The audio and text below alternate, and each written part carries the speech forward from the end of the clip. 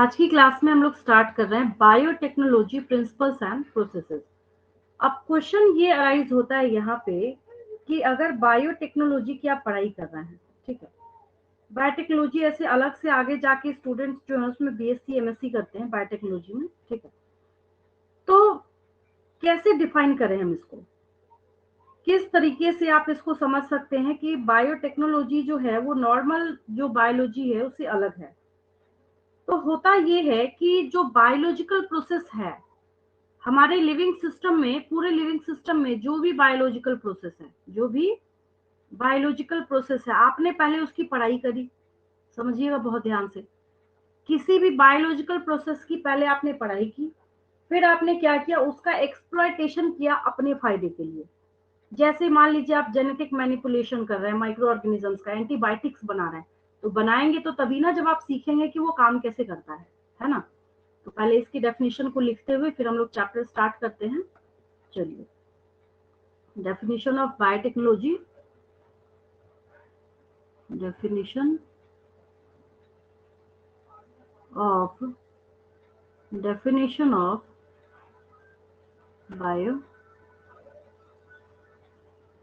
biotechnology।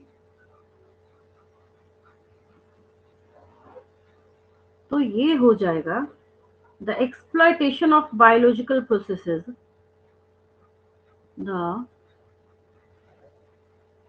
exploitation of biological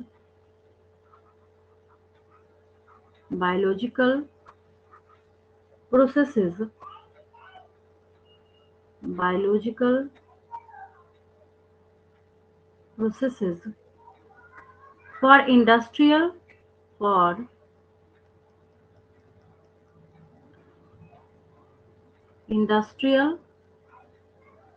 and other purposes, industrial and other purposes, especially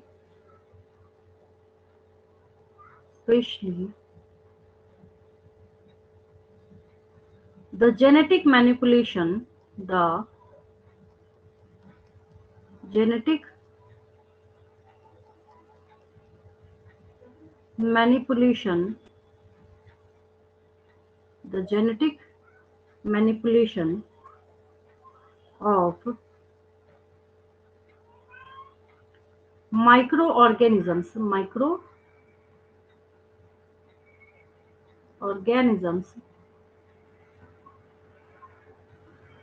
for the production of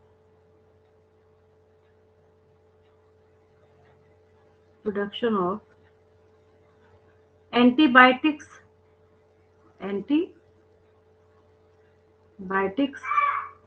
hormones,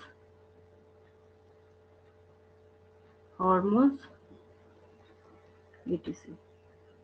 चलिए, हो गया ये। तो वही मैं आपको बोल रही थी कि लाइफ प्रोसेसेस या बायोलॉजिकल प्रोसेसेस के बारे में आपको पता है, आपको नॉलेज है, आपको इंफॉर्मेशन है, आपको पता है काम क्या कैसे किस तरीके से करना है, तब आप उस टेक्नोलॉजी का अपने लिए इस्तेमाल कर सकते हैं। अब किसी को बायोलॉजी का भी नहीं पता, वो सोचे कि हम बायोटेक्नोलॉजी कि किसी भी चीज को, किसी भी काम को हम परफॉर्म करा सकते हैं, तो वो इम्पॉसिबल है उसके लिए। आपके बुक के अकॉर्डिंग अगर हम लोग देखना स्टार्ट करते हैं, तो जो मैंने अपने लैंग्वेज में लिखा है वही बात यहाँ पे आपको सिंपल तरीके से बताई जा रही है, और वही मतलब यहाँ पे भी है। अगर बायोटेक्नोलॉजी को आप देखना स्टार्ट करते हैं, तो आप जो टेक्निक वहां पे यूज कर रहे हैं उसके लिए आप कर क्या रहे हैं, लाइव ऑर्गेनिजम्स का इस्तेमाल कर रहे हैं या एंजाइम का यूज कर रहे हैं। कहाँ से लेके आ रहे हैं, ऑर्गेनिज्म से ही लेके आ रहे हैं।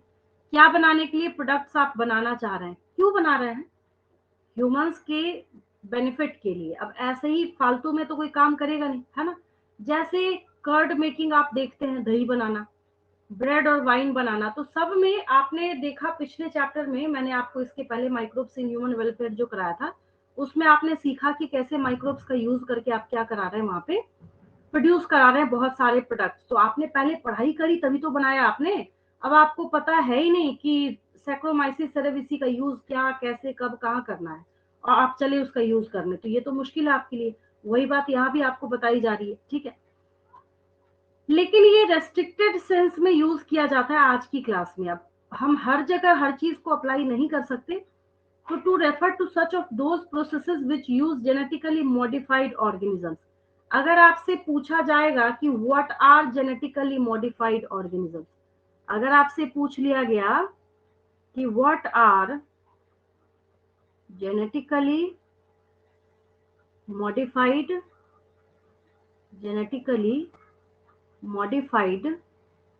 ऑर्गेनिजम्स, ठीक है, तो जेनेटिकली मॉडिफाइड ऑर्गेनिजम्स, इसको हम लोग शॉर्ट में ऐसे लिखते हैं, इसको हम लोग GMOS,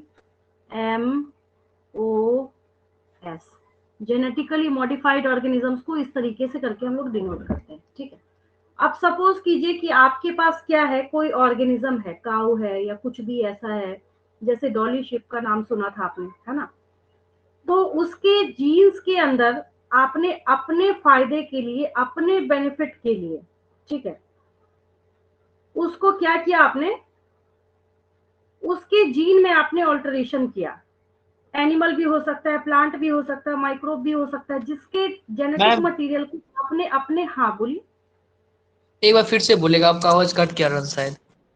अच्छा ठीक है, देखिए मैं जेनेटिकली मॉडिफाइड ऑर्गेनिज्म समझा रही थी, यहाँ मैं लिख देती हूँ, उसके बाद फिर से आपको और अच्छे से समझ आ जाएगा। देखिए जेनेटिकली मॉडिफाइड ऑर्गेनिज्म जो है, GMO शॉर्ट में इसको बोला जाता है, genetically modified organism is an animal भी हो सकता है, इज एन एनिमल भी हो सकता है, प्लांट भी हो सकता है, और माइक्रोब भी हो सकता है, और माइक्रोब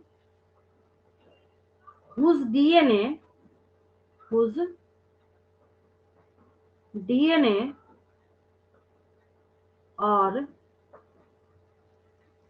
जेनेटिक मटेरियल, DNA और जेनेटिक मटेरियल, जिसका DNA और जेनेटिक मटेरियल जो है, ठीक है, उसको ऑल्टर किया गया हो, हैज बीन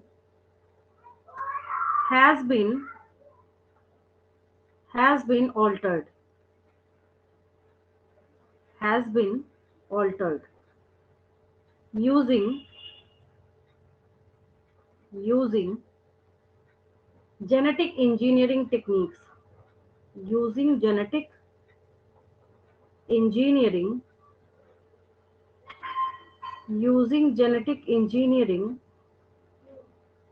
techniques। आप वहां पे जेनेटिक इंजीनियरिंग टेक्निक्स का यूज करके क्या कर रहे हैं,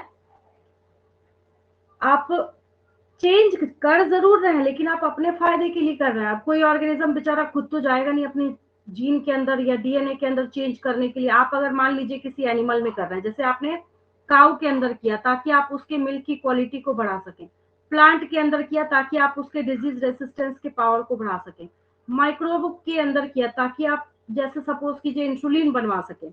तो इस तरीके से आप जो भी कर रहे हैं सब आप अपने फायदे के लिए, अपने बेनिफिट के लिए कर रहे हैं। तो ऐसे ऑर्गेनिजम्स को हम लोग क्या बोलते हैं, जेनेटिकली मॉडिफाइड ऑर्गेनिजम्स बोलते हैं, ठीक है। यहाँ पे एक शब्द आया था जिसकी मीनिंग मैंने आपको अभी भी समझा दी, क्योंकि मैंने आपको इसके पहले चैप्टर 3, 4 सब करा रखा है, तो आपको पता है what is the meaning of test tube baby. ये एक्चुअली एक मिसनोमर है, ऐसा वर्ड बोला नहीं जाना चाहिए, बट ठीक है यूज करते हैं, कोई दिक्कत नहीं है। Synthesising a gene and using it, developing a DNA waxing और correcting a defective gene.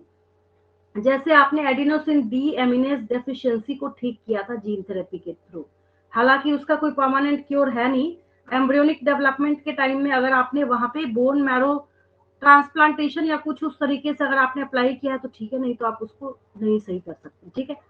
Next यहाँ पे आप याद रखेंगे, what is the full form of EFB, European federation of biotechnology, ठीक है, has given a definition of biotechnology that encompasses both traditional view and modern molecular biotechnology.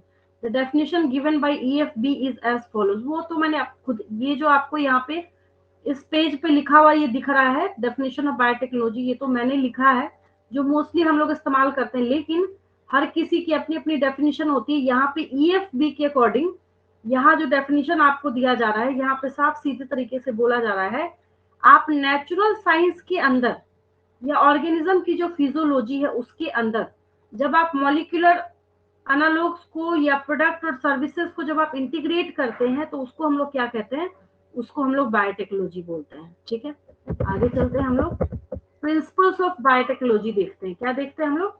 Principles of biotechnology. ठीक है, principles of biotechnology में सबसे पहली चीज क्या आती है यहाँ पे, among many the two core techniques that enabled birth of modern biotechnology are first is genetic engineering। genetic engineering कुछ नहीं होता है, सिर्फ techniques to alter chemistry of DNA और RNA। इस पेज का स्क्रीनशॉट लेंगे, आगे बढ़ रही हूँ मैं। जेनेटिक इंजीनियरिंग भी लिखी देती हूँ मैं आपको, कुछ नहीं है जेनेटिक इंजीनियरिंग।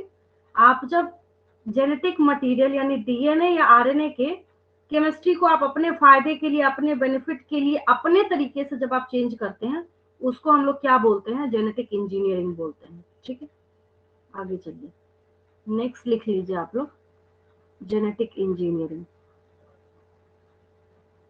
जेनेटिक इंजीनियरिंग,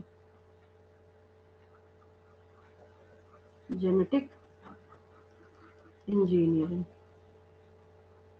चलिए इसमें लिख लीजिए जेनेटिक इंजीनियरिंग के अंदर the process of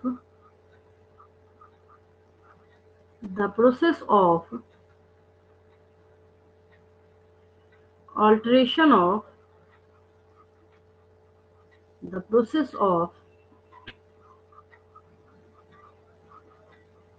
the process of alteration of chemistry of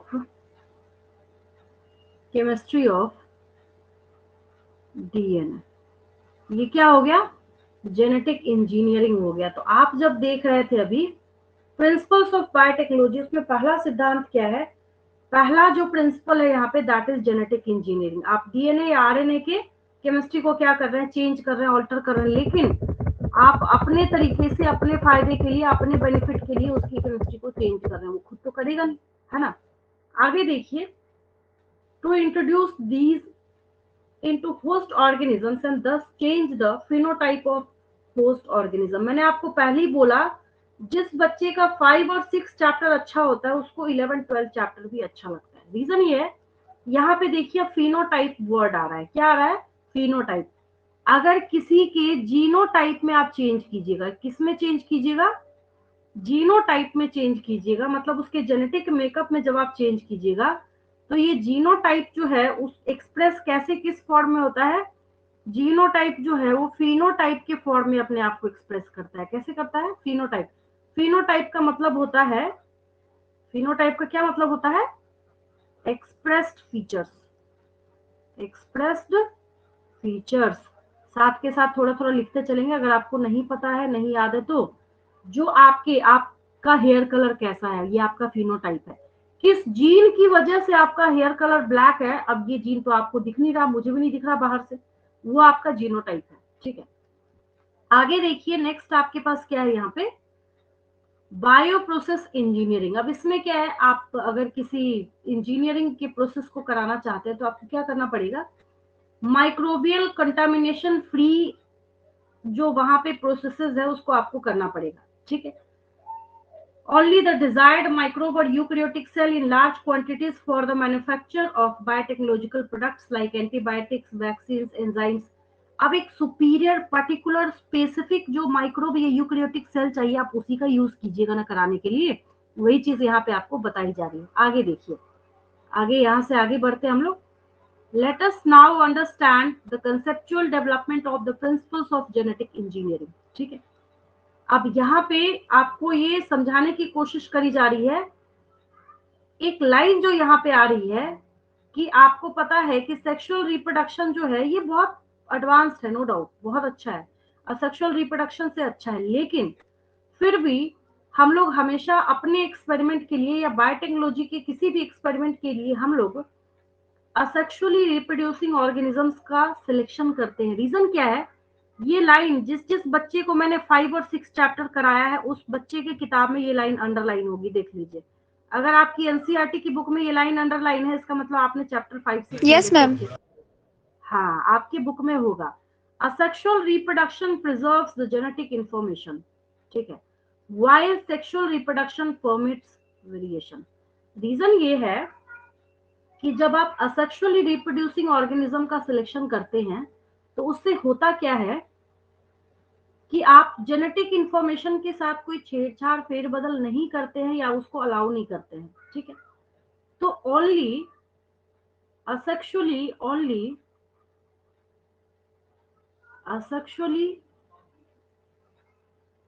asexually reproducing organisms, only asexually reproducing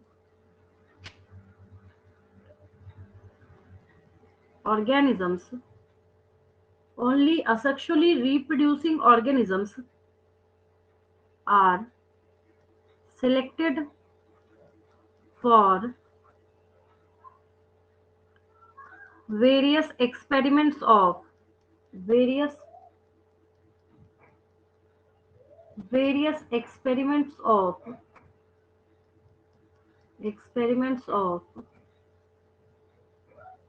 biotechnology,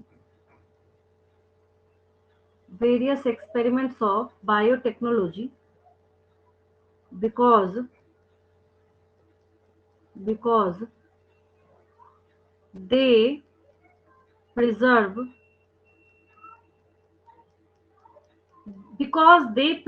genetic information. They preserve genetic information. क्योंकि इसी में ऐसी कैपेबिलिटी है कि ये जेनेटिक इंफॉर्मेशन को प्रिजर्व करके रखेगा। जैसे आपको मैं दोबारा से एग्जांपल देके समझा दूं, जैसे एक अमीबा है, सपोज कीजिए क्या है, एक अमीबा है, ठीक है। अब अमीबा क्या करेगा? बाइनरी फ्यूजन करेगा। ये क्या करेगा? 2 अमीबा को बनाने का काम करेगा। चलिए 2 बनाएगा। फिर आपने 2 से क्या किया और आपने 4 बनाया, 4 से 8 बनाया, 8 से 16 बनाया, मतलब बाइनरी फ्यूजन करके double double double double double अपना नंबर ये करता चला जाएगा, ठीक है। लेकिन जो ये अपना नंबर डबल करने का काम कर रहा है, जो ये अपने आप को डुप्लीकेशन करने का काम कर रहा है, उसमें ये एक और काम भी तो कर रहा है, ये अपनी जेरोक्स कॉपी बना के दे रहा है। जेरोक्स कॉपी बना के देने का क्या मतलब है? ये सब जेनेटिकली आइडेंटिकल है। क्या है ये? जेनेटिकली आइडेंटिकल है, ठीक है। कोई भी फेर बदल नहीं है, कोई छेड़छाड़ नहीं है, कुछ भी चेंज नहीं है। जो जेनेटिक मेकअप इसका होगा वही जेनेटिक मेकअप इसका होगा, वही जेनेटिक मेकअप इसका होगा। अब उसके अंदर तो कोई फेर बदल है नहीं, उसके अंदर तो कोई चेंज है नहीं यहाँ पे। तो तभी यहाँ पे मैं आपको ये बात समझा रही हूँ। ये बहुत ही 5 स्टार पॉइंट है और लाइन भी है जो मैं बच्चों को बार बार मार्क कराती हूँ कि asexual reproduction preserves the genetic information, ठीक है। तो आपको ये बात समझ आ रही है? अगर आपसे कल को फ्यूचर में पूछा जाता है कि हमारे पास इतने सारे ऑर्गेनिजम्स अवेलेबल हैं, फिर भी हम ऐसे छोटे मोटे ऑर्गेनिजम्स का इस्तेमाल क्यों करते हैं बायोटेक्नोलॉजी के एक्सपेरिमेंट्स के लिए? तो रीजन आपको ये बताना है क्योंकि ये जेनेटिक इंफॉर्मेशन को आपने जैसे उसको करके दिया है वैसे ही उसको ये आगे ट्रांसमिट करने का काम करेगा। Traditional hybridization procedures used in plant and animal breeding very often lead to inclusion and multiplication of undesirable genes along with the desired genes. The techniques of genetic engineering, which include creation of recombinant DNA, use of gene cloning and gene transfer. देखिए यहाँ पे एक चीज बोली जा रही है, recombinant DNA। क्या बोला जा रहा है आपको यहाँ पे? recombinant DNA। अब recombinant DNA हम लोग किसको बोलते हैं उसको समझिएगा यहाँ पे ध्यान से। recombinant DNA जो है ये मैं आपको पहले समझा देती हूँ, इसको हटा के। What is the meaning of recombinant DNA? देखिए, इसको हटाइए। मैंने क्या किया, एक यहाँ पे फॉरेन डीएनए लिया है। मैंने क्या लिया है? फॉरेन डीएनए लिया है। ऐसा डीएनए लिया है, मुझे इसकी जीन्स चाहिए। मुझे क्या चाहिए? इसके जीन्स चाहिए, ठीक है। फिर मैंने क्या किया है, एक माइक्रोब से मैंने सिंगल सर्कुलर डीएनए उठा लिया है, ठीक है। प्रोकैरियोट्स के पास होता है, पता है आपको, सिंगल सर्कुलर डीएनए पढ़ा रखा है मैंने आपको। फिर आपने क्या किया, इसको हम किस चीज का नाम देंगे, इसको हम लोग प्लाज्मिड का नेम देते हैं। Now it's known as plasmid. किसका नाम देते हैं हम लोग, इसको प्लाज्मिड का नाम देते हैं, ठीक है। फिर हमने क्या किया, इस प्लाज्मिड के कुछ पोर्शन को यहां से कट करके, ये वाला जो जीन हमें चाहिए था, हमने क्या किया, इसके कुछ जीन्स के पीसेस को कट करके हमने यहाँ पे अप्लाई कर दिया। ये तो हमें जिस जीन के जिस गुण की जरूरत थी वो अब हमें इससे मिलना स्टार्ट हो गया। तो इसका नाम अब क्या हो गया, ये प्लाज्मिड जो है अब इसका नाम क्या हो गया, रिकॉम्बिनेंट डीएनए हो गया। अब इसका नाम क्या हो गया, रिकॉम्बिनेंट डीएनए हो गया। और इसको हम लोग रिकॉम्बिनेंट डीएनए टेक्नोलॉजी बोलते हैं। पूरे चैप्टर में हालांकि यही सब चलेगा, रिकॉम्बिनेंट डीएनए टेक्नोलॉजी का प्रिंसिपल और सिद्धांत ही यही है। एक डायग्राम आपके पास अवेलेबल है, यहाँ से भी आप देख सकते हैं। आपके बुक में पेज नंबर है 197, आगे बढ़िए देखिए दिख जाएगा। ये 194 है, आपके सामने बुक है इसलिए आप इजीली देख सकते हैं। देखिए ये डायग्राम है, ये नहीं सॉरी, नेक्स्ट पेज पे ये देखिए, रिकॉम्बिनेंट डीएनए टेक्नोलॉजी। अभी जो मैं आपको समझा रही थी यही है, समझिए यहाँ पे देखिए क्या है ये, what is this recombinant DNA technology, समझा मैं देती हूँ आपको। देखिए यहाँ पे ये फॉरेन डीएनए है, क्या है ये, फॉरेन डीएनए है, ठीक है। फॉरेन डीएनए होने का मतलब है कि ये ऐसा डीएनए है जिसके जीन्स आपको चाहिए। सपोज कीजिए कि इंसुलिन प्रोड्यूसिंग जीन्स को कैरी करने का काम करता है जो आपको चाहिए। और एक यहाँ पे इंपॉर्टेंट पॉइंट आपको लिखा जा रहा है, दैट इज रेस्ट्रिक्शन एंजाइम। क्या लिखा जा रहा है, रेस्ट्रिक्शन एंजाइम, ठीक है। ये जो रेस्ट्रिक्शन एंजाइम है इसमें खासियत क्या है, डीएनए को कट करने का काम करता है। क्या करता है, तो देखिए इसके भी पीसेस कर दिए इसने, यहाँ देखिए, और ये जो प्लाज्मिड है इसके भी पीसेस कर दिए इसने, ठीक है। फिर हम डीएनए लाइगेज का यूज करते हैं। तो फिर हम किसका यूज करते हैं, डीएनए लाइगेज का यूज करते हैं। ये डीएनए लाइगेज क्या करता है, फॉरेन डीएनए को इस प्लाज्मिड के साथ जोड़ने का काम करता है। और जैसे ही ये फॉरेन डीएनए को आपने इस प्लाज्मिड में जोड़ दिया, अब इसका नाम कॉस्मिड हो जाएगा। अब इसका नाम क्या हो जाएगा, कॉस्मिड हो जाएगा। इसका नाम क्या हो जाएगा, कॉस्मिड हो जाएगा, ठीक है। फिर इस कॉस्मिड को वापस आपसे अगर क्वेश्चन पूछा गया कि what are the differences between plasmid and cosmid, तो without genetic engineering it's plasmid and after genetic engineering it's cosmid, ठीक है। और कॉस्मिड को होस्ट बॉडी में ट्रांसफर करने की घटना को हम लोग ट्रांसफॉर्मेशन बोलते हैं।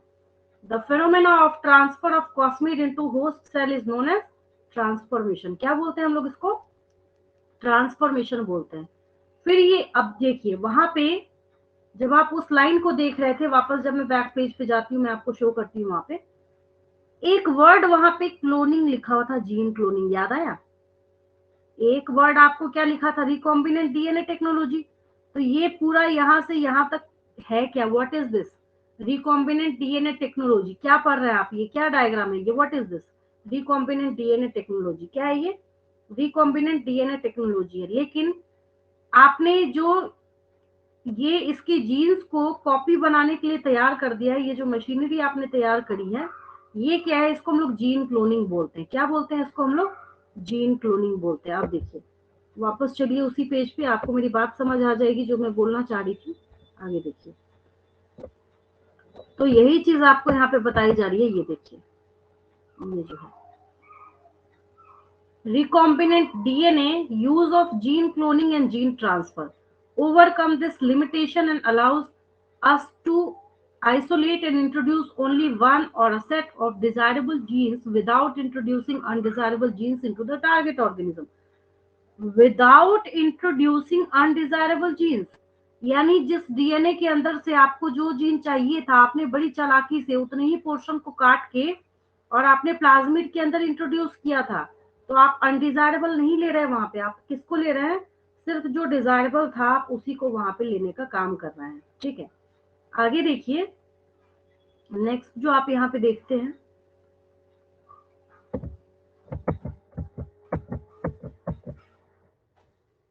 अब देखिए नेक्स्ट है यहाँ पे, do you know the likely fate of a piece of DNA which is somehow transferred into an alien organism. Alien organism उसको बोला जाता है, देखिए किसको बोला जाता है। मान लीजिए कि आपने एक डीएनए निकाला है यहाँ पे, ठीक है। अब इस डीएनए के जो जीन्स हैं या फिर डीएनए का कुछ पीस जो है, तो आपने जिस ऑर्गेनिज्म से निकाला उसकी बजाय जो आप दूसरे ऑर्गेनिज्म में इसको ट्रांसफर कर रहे हैं उसको हम लोग एलियन ऑर्गेनिज्म बोलते हैं। एलियन का ये मतलब नहीं कि दूसरे ग्रह से या दूसरे प्लेनेट से आया हुआ है। एलियन इसलिए बोल रहे हैं क्योंकि जो जेनेटिक मटेरियल आप इंट्रोड्यूस कर रहे हैं वो सेम ऑर्गेनिज्म नहीं है जिससे आपने निकाला है। Most likely this piece of DNA would not be able to multiply itself in the progeny cells of the organism, but when it gets integrated into the genome of the recipient, मतलब जो लेने वाला है, it may multiply and be inherited along with the host DNA। जो आपने gene cloning कराया था अभी अभी बैक्टीरिया के नंबर को बढ़ा के, this is because the alien piece of DNA has become part of a chromosome which has the ability to replicate। Replication का मतलब आप जानते हैं, डीएनए अपने नंबर को इंक्रीज करता है, उसको हम लोग क्या बोलते हैं, रेप्लिकेशन बोलते हैं। In a chromosome there is a specific DNA sequence called the, इसको ओरिजिन ऑफ रेप्लिकेशन को ऐसे लिखा जाता है, ये देखिए ओ आर आई, ओरी साइट बोला जाता है इसको। इसको डिनोट कर लीजिएगा, ओरिजिन ऑफ रेप्लिकेशन के साइट को हम लोग ओरी साइट बोलते हैं, which is responsible for initiating replication. ये वही जगह है जहां से रेप्लिकेशन स्टार्ट होता है। नीट का पास्ट ईयर का क्वेश्चन पेपर एनालाइज करना स्टार्ट कीजिएगा, उसमें साफ साफ क्वेश्चन पूछा जाता है, विच of the following site is responsible for initiation of replication. ओरी साइट को टिक करना है आपको, ऐसे लिखा रहता है बिल्कुल इसी तरीके से, ओरी साइट, यहाँ से रेप्लिकेशन स्टार्ट होता है। तो यहाँ पे लिखा हुआ which is responsible for initiating replication. एक और क्वेश्चन सीखा आपने, therefore for the multiplication of any alien piece of DNA in an organism, it needs to be a part of a chromosome which has a specific sequence known as origin of replication। Thus an alien DNA is linked with the origin of replication so that this alien piece of DNA can replicate and multiply itself in the host organism। कैसे आप bacteria का वहां पे number increase करा रहे थे। This can also be called as cloning or making multiple identical copies of any template DNA। Let us now focus on first instance of the construction of an artificial recombinant DNA molecule। The construction of the first recombinant DNA emerged from the possibility of a linking gene encoding antibiotic resistance with a native plasmid autonomously replicating circular extra chromosomal DNA। किसको बोल रहा है पता है आपको? Plasmid को बोला जाता है। ये किसको बोला जाता है? प्लाज्मिड को। अब यहाँ पे आपको कोहेन एंड बोयर का नाम याद रखना है, Stanley Cohen and Herbert Boyer. पूछा जाता है which organism was used by Cohen and Boyer for his experiments. तो 1972 में इन्होंने साल्मोनेला टाइफीम्यूरियम का यूज किया था। किसका यूज किया था? साल्मोनेला टाइफीम्यूरियम का यूज किया था। लिख लीजिए, आगे मैं मेंशन कर देती हूँ यहाँ पे, स्टैनली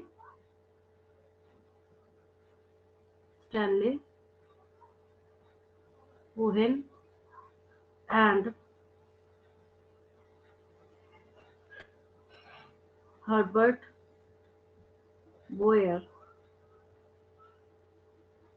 used Salmonella typhimurium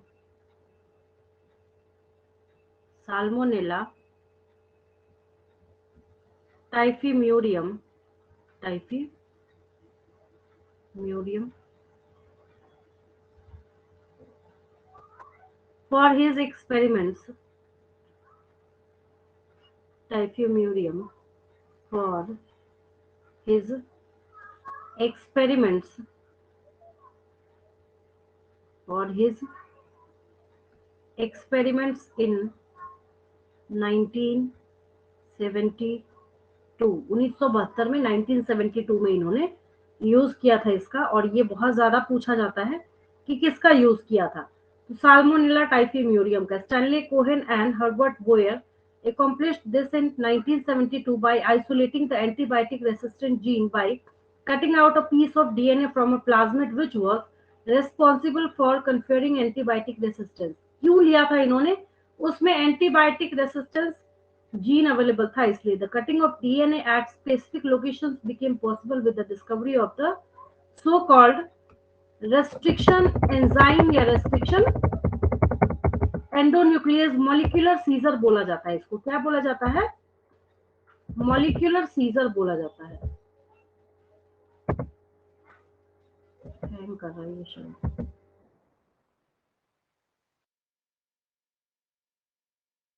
ही देती है उसके बाद देखते हैं आता है तो ठीक है, नहीं तो कोई बात नहीं। हम लोग कहते हैं यहाँ पे मॉलिक्यूलर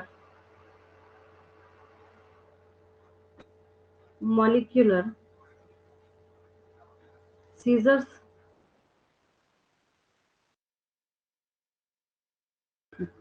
रेस्ट्रिक्शन एंजाइम्स को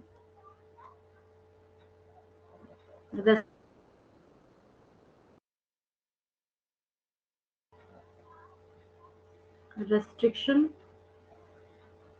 एंजाइम्स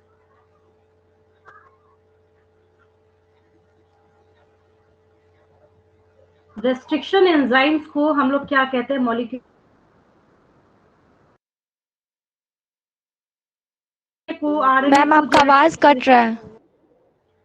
देखिए अब आ रही है, क्लियर वॉइस आ रही है? Yes ma'am. हाँ, रेस्ट्रिक्शन एंजाइम जो है इसके पास कैपेबिलिटी है डीएनए आरएनए को कट करने की, जिसकी वजह से इसको हम लोग क्या कहते हैं? मॉलिक्यूलर सीजर्स बोलते हैं। रेस्ट्रिक्शन एंजाइम्स आर, इसी में ऐड कर देती हूँ, restriction enzymes are responsible for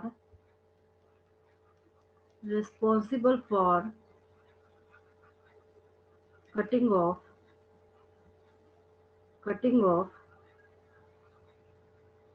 DNA और जेनेटिक मटेरियल।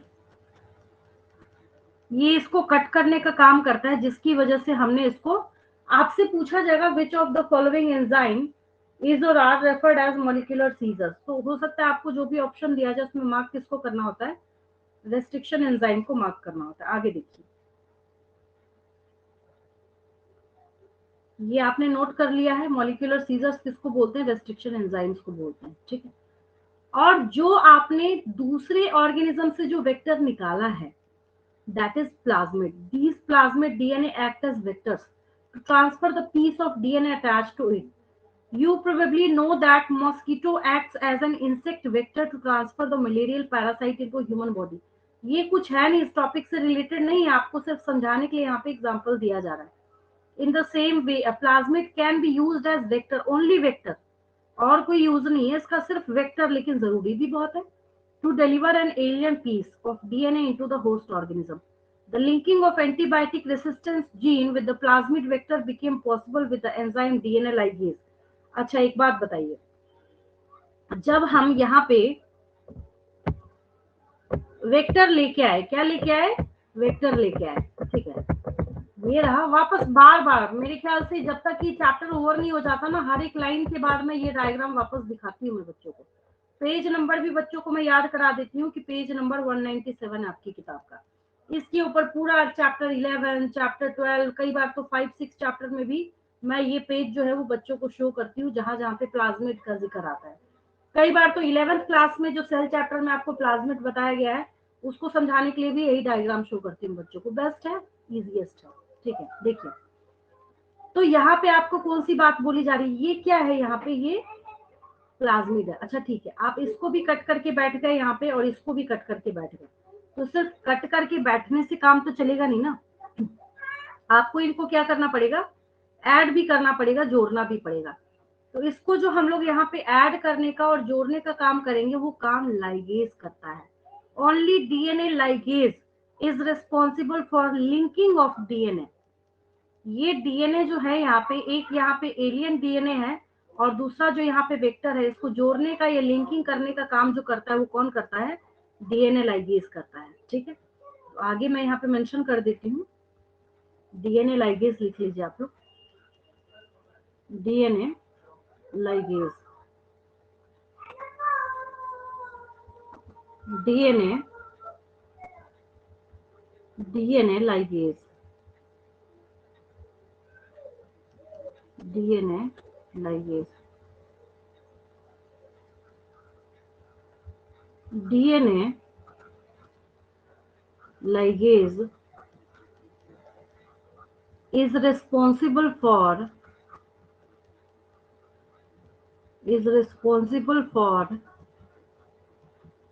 joining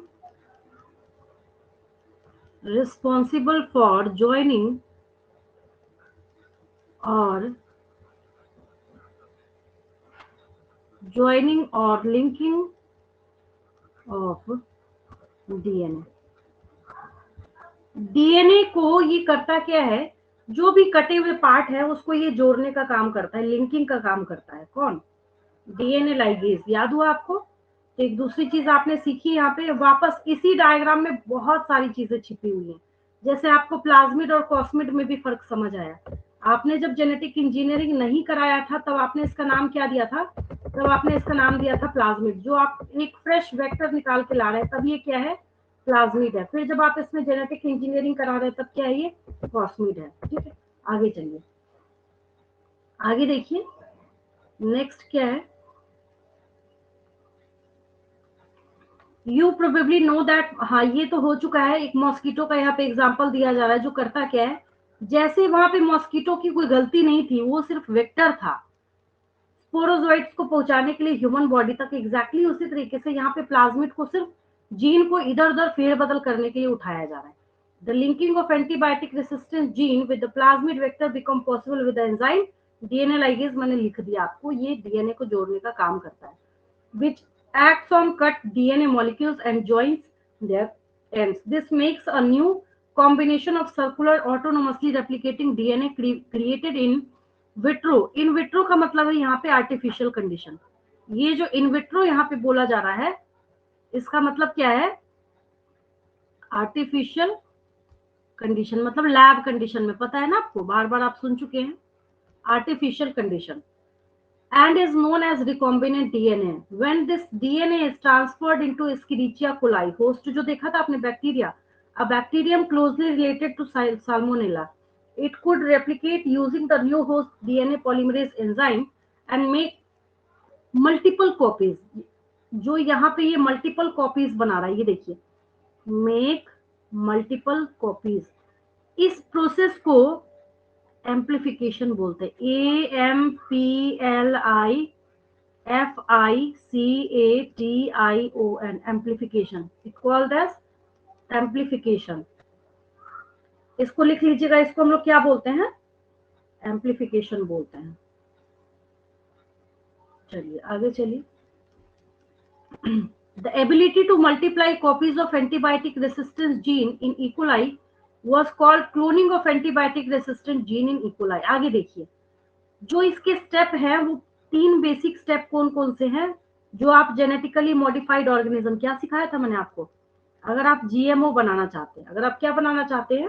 जीएमओ बनाना चाहते हैं, ठीक है, करना क्या है आपको? इसके लिए सबसे पहले डिजायरेबल जो जीन्स है उसकी पहचान कीजिए, आइडेंटिफाई कीजिए पहले। फिर क्या कीजिए? आप जो आइडेंटिफाइड डीएनए है उसको होस्ट की बॉडी में इंट्रोड्यूस कीजिए, ठीक है। फिर क्या कीजिए? Maintenance of introduced DNA in the host and transfer of the DNA to its progeny. अब आपको फिर से ये आश्चर्य होगा सोच के कि वापस जो ये तीनों स्टेप है आपको उसी डायग्राम में नजर आ रहा है। ये देखिए, आपने 3 स्टेप लिखा ना, पहला आइडेंटिफिकेशन, दूसरा आपने क्या लिखा? इंट्रोडक्शन इनटू होस्ट, आप उसके अंदर इंट्रोड्यूस कर रहे हैं, और नेक्स्ट आप यहाँ पे क्या कर रहे हैं? जो होस्ट की बॉडी है जो आपने ट्रांसफर किया है तो वो उसको क्या कर सके? नंबर को इंक्रीज कर सके। ये देखिए, पहले आपने क्या किया? जैसे यहाँ पे फॉरेन डीएनए है तो सबसे पहले आप इसको इंट्रोड्यूस कीजिए, पहचान कीजिए कौन सा डीएनए आपको चाहिए। फिर आप क्या कीजिए? इसको इंट्रोड्यूस कराइए, इसके अंदर ले जाके आपने जोड़ दिया तो आपने क्या किया? कॉस्मिड बना दिया। और कॉस्मिड बनाने के बाद फिर आपने क्या किया? फिर आपने ऐसी फैसिलिटी करी कि ये क्या कर सके? अपने नंबर को इंक्रीज कर सके। तो ये डायग्राम जो है ये मास्टर पीस है। इस चैप्टर क्या, मेरे ख्याल से 5 से 6 चैप्टर 11th और 12th क्लास के जो है वो इसके ऊपर बेस्ड है। बहुत छोटे छोटे टॉपिक्स जो है, इससे बच्चों को बहुत इजीली जो है वो क्लियरली समझ आता है, ठीक है। ये हो गया। आगे बढ़ते हैं हम लोग। आगे देखिए,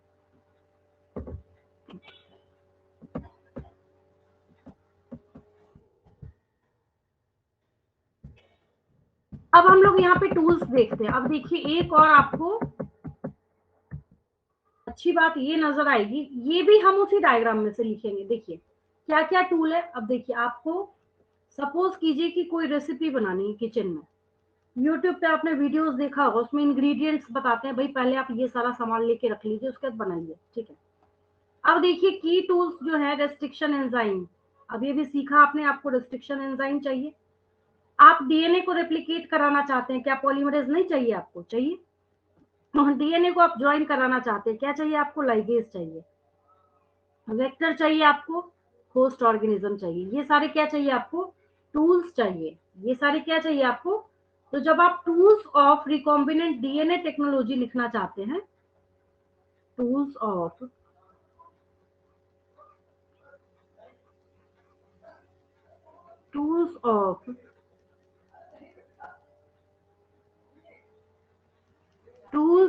recombinant DNA technology, tools of recombinant DNA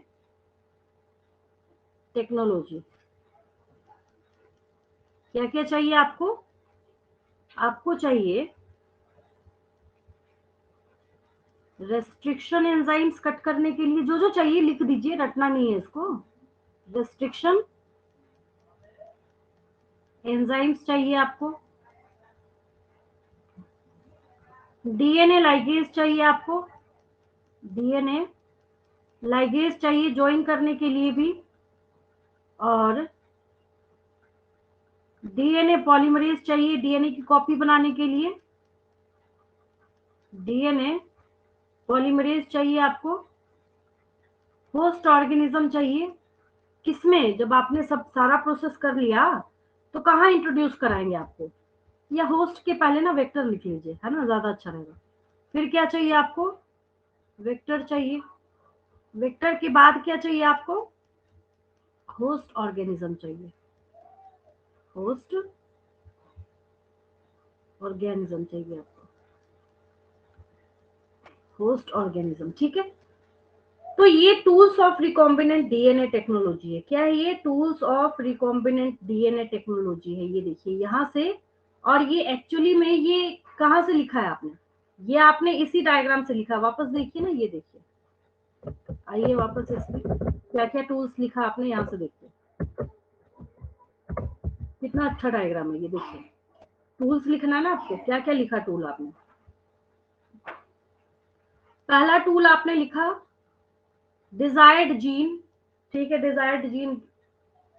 फिर आपको क्या चाहिए? वेक्टर चाहिए। फिर आपको क्या चाहिए? होस्ट ऑर्गेनिज्म चाहिए। और क्या चाहिए आपको? रेस्ट्रिक्शन एंजाइम चाहिए। और क्या चाहिए आपको? लाइगेज चाहिए ऐड करने के लिए। और क्या चाहिए आपको? इसकी जो कॉपीज ये जो बना रहा है अंदर से, कैसे बना रहा है? तो डीएनए पॉलीमरेज के हेल्प से। कैसे कर रहा है ये? डीएनए पॉलीमरेज के हेल्प से कर रहा है। कैसे कर रहा है ये? डीएनए पॉलीमरेज के हेल्प से कर रहा है, ठीक है। यहाँ तक कोई डाउट तो नहीं किसी को? No ma'am. क्लियर है? चलिए ठीक है, आगे बढ़ते हैं हम लोग। तो टूल्स जो है ये भी आपने अपना दिमाग लगा के वहां पे लिखा है। वो डायग्राम जो मास्टर पीस है, सिर्फ उसको दिमाग में रखना है, बहुत सारी चीजें तो वही क्लियर करने का काम कर देता है, ठीक है।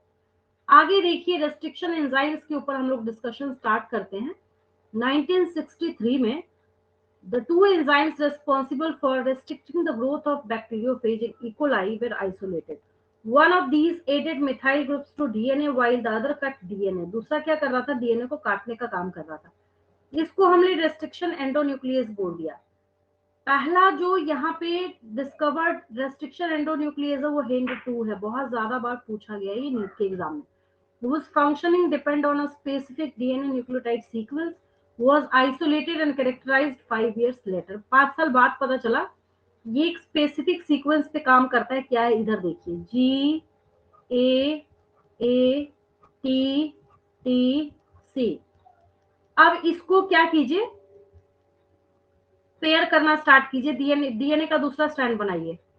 जी की पेयरिंग किससे होगी? यहाँ पे जी की पेयरिंग होगी सी से होगी, किससे होगी? सी से होगी। टी टी ए जी, इधर से पढ़िए क्या है? जी ए टी टी सी, इधर से पढ़िए क्या है? जी A T T C.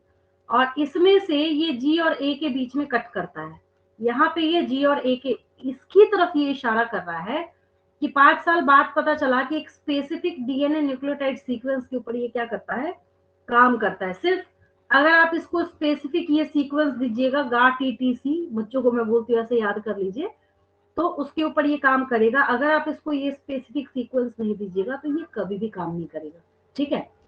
It was found that hint to always cut DNA molecules at a particular point by recognizing a specific sequence of 6 base pair। अब यहाँ पे गिनिए कितना है ये? 1 2 3 4 5 6, बोला ना इसमें 6 बेस पेयर का एक स्पेसिफिक सीक्वेंस है जिसके ऊपर ये काम कर रहा है। This specific base sequence is known as the recognition sequence for HIN2। Besides HIN2, today we know more than 900 restriction enzymes that have been isolated from over 230 strains of bacteria, each of which recognize different recognition sequences। ठीक है, सबका अपना अलग अलग different क्या होता है? Sequence होता है, जिसके बारे में हम लोग यहाँ से नेक्स्ट क्लास में डिस्कशन करेंगे। इसके आगे हम लोग बढ़ेंगे, नेमिंग वगैरह सब कुछ हम लोग देखेंगे, ठीक है।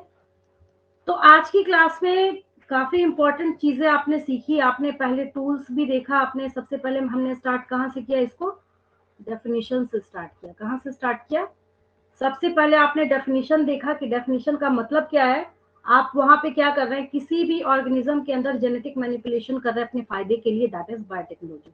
जेनेटिकली मॉडिफाइड ऑर्गेनिज्म वैसा ऑर्गेनिज्म जिसके अंदर के जीन्स के अंदर आपने कोई भी चेंज कराया है अपने बेनिफिट के लिए, अपने फायदे के लिए, ठीक है। फिर जेनेटिक इंजीनियरिंग, डीएनए आरएनए की केमिस्ट्री को चेंज करने को जेनेटिक इंजीनियरिंग बोलते हैं। फिर आपने सीखा अगर कोई ऑर्गेनिज्म असेक्सुअल रिप्रोडक्शन करेगा, उसका इतना ज्यादा इसलिए बायोटेक्नोलॉजी में इस्तेमाल किया जाता है क्योंकि वो जेनेटिक इंफॉर्मेशन को प्रिजर्व करके रखने का काम करता है। और ये भी बहुत ज्यादा पूछा जाता है कि कोहेन एंड बोयर ने क्या किया था।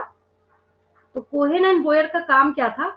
इन्होंने साल्मोनेला टाइफीम्यूरियम का इस्तेमाल किया था अपने एक्सपेरिमेंट को करने के लिए। और फिर आगे आपने सीखा कि रेस्ट्रिक्शन एंजाइम्स जो है इसको हम लोग मॉलिक्यूलर सीजर्स बोलते हैं क्योंकि ये डीएनए को स्पेसिफिक सीक्वेंस पे कट करने का काम करता है। फिर आपने डीएनए लाइगेज का काम सीखा कि ये क्या करता है? लिंकिंग ऑफ डीएनए या ज्वाइनिंग ऑफ डीएनए करता है।